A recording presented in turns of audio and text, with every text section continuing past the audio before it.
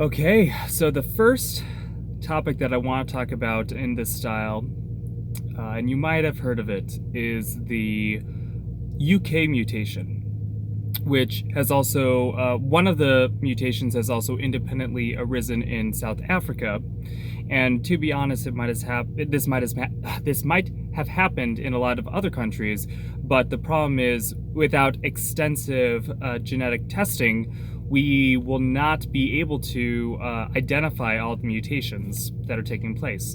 But with this particular mutation and set of mutations that have happened, I think they said 17 mutations happened in the UK version in comparison to, now I could be misremembering, this is in comparison to the original sequence data from the original one in Wuhan.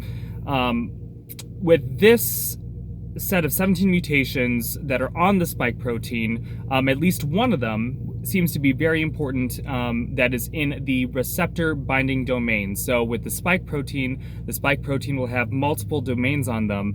The receptor binding domain is specifically the portion of the spike protein that is going to be interacting with the ACE2 receptor, which is creating that, basically helping it stick together, and that sticking is what allows the virus to get into the cell. Now, when it comes to this particular mutation, there are multiple ways that this could be making it more infectious.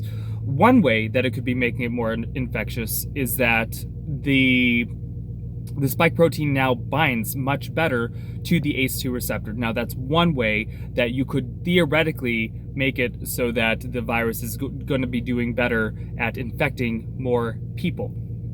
Okay, another way that it could be doing it is that it is now mutated into a way that it is harder for your immune system to fight off as effectively.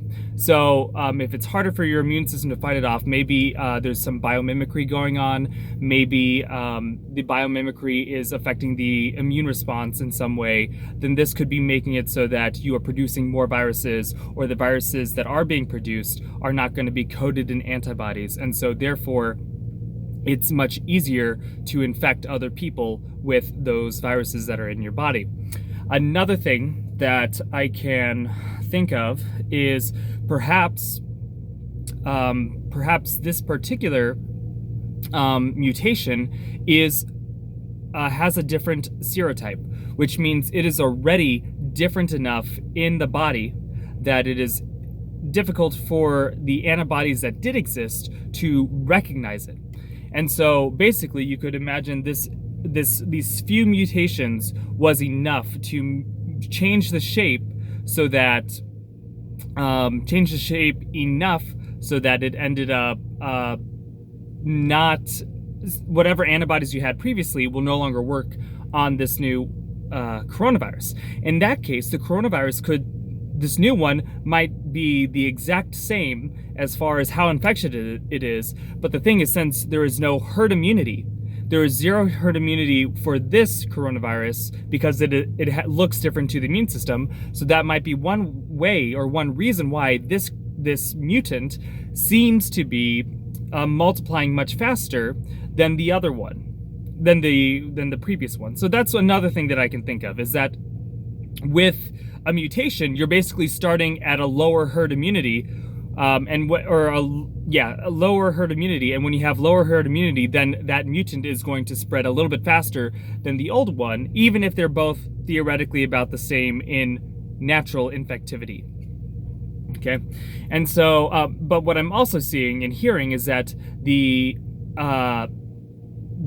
viral shedding is much higher with this mutant one, so that could come from the same thing, right? So the same rationale could be you have the more people who have some level of immunity through antibodies that they've accrued through just existing in this world for a while, and this mutation might have made it so that now it doesn't get affected by those same by that immunity the same way.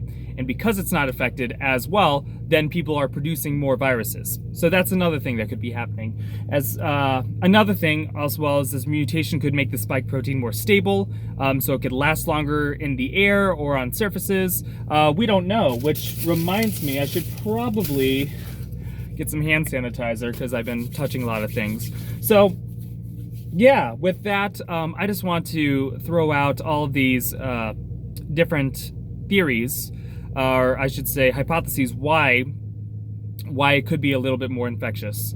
So, and this is why I would have preferred a strategy where we just erase it from society completely, because we have no idea. We have no idea what are the long-term consequences of having a new virus that with a pretty sizable mortality circulating around, because it could very well mutate faster than what our immune systems are able to adapt to, or what the collective immunity is able to adapt to.